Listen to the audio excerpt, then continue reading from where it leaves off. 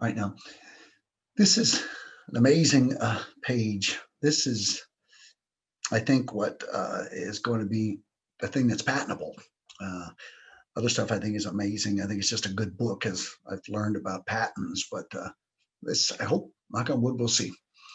If it works, I intend to donate most of the earnings from the patent to spread this technology around to the world.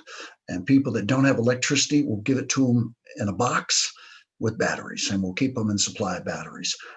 We want to free humanity from primitive stages of struggle and explore what's possible. Maybe pretty soon, maybe 500 years from now, we'll be thinking thoughts and like X-Men, manipulating the world beyond the touch of our body. We'll see.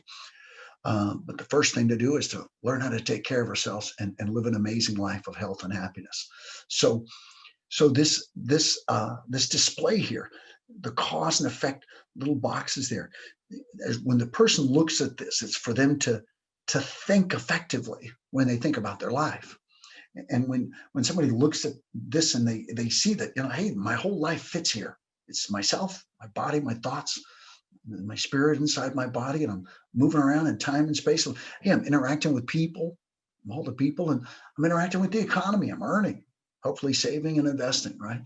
And this is all of the things that somebody needs to be aware of to take care of their life.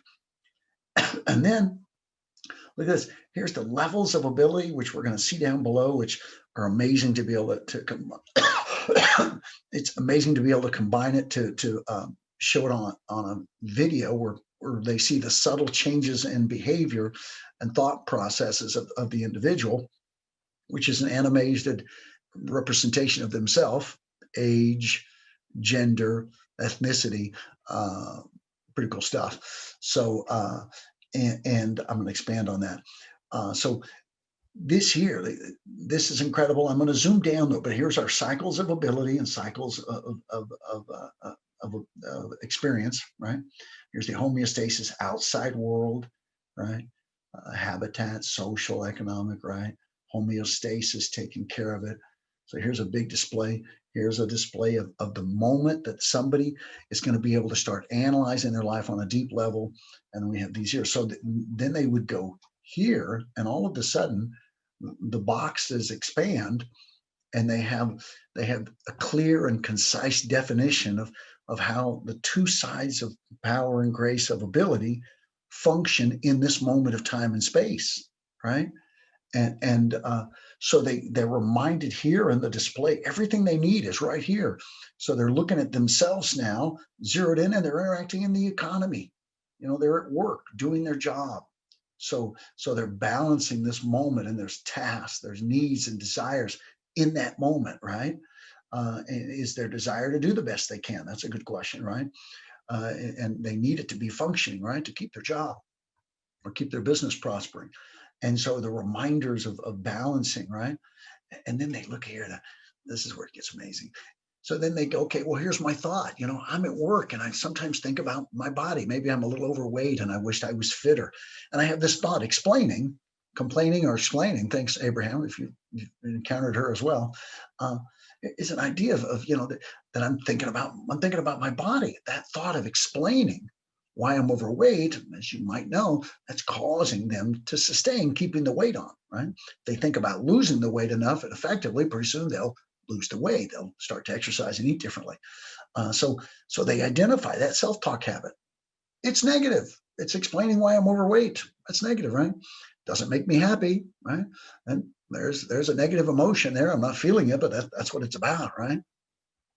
Here comes something amazing now. See, this is a definition of the functionality of your consciousness inside your body, inside the social habitats of your life. So you have, are you aware and present in that moment? So are you aware that you're thinking about your body and that you're at work doing your work? A lot of people aren't, but that's only half of it, right? If it's a yes or a no, right? They go that usually during the day when I'm at work, I don't think about that, but I know I do, but I don't, right?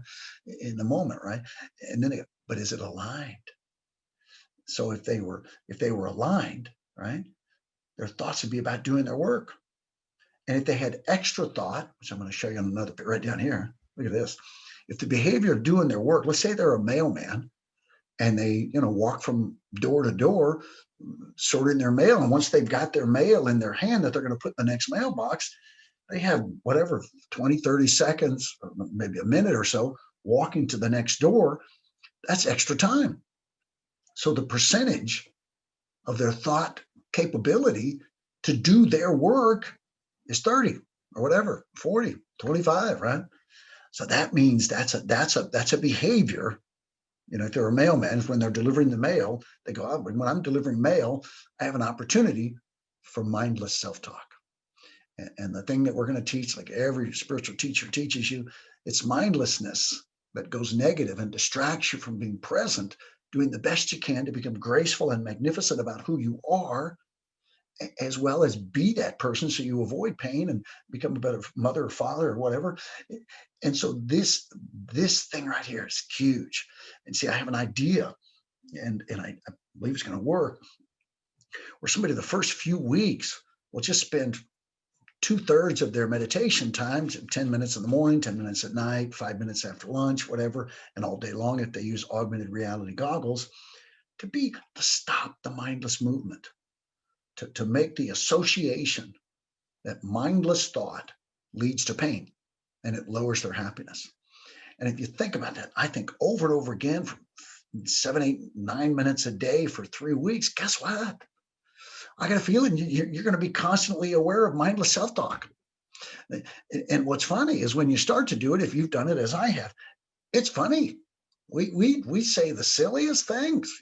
Here I am just explaining to Oprah why I'm this. You know what I mean? Right? Or I'm explaining to Bill Gates. One day I want to have as much money as you do. Right?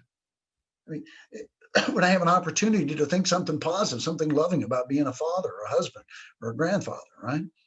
These are thoughts that we want to identify, and we'll identify them all. They'll be there clear for somebody to look at. And of course, I can imagine it being on a scale where somebody sees as it goes down, right, about a specific area of life, they can see that it lowers the quality of their life. And when they can increase this to be aware and present and have your extra self-talk be aligned to be positive and expecting great things, that's when your life becomes amazing, especially if you remember to appreciate it, right? To appreciate what you're doing.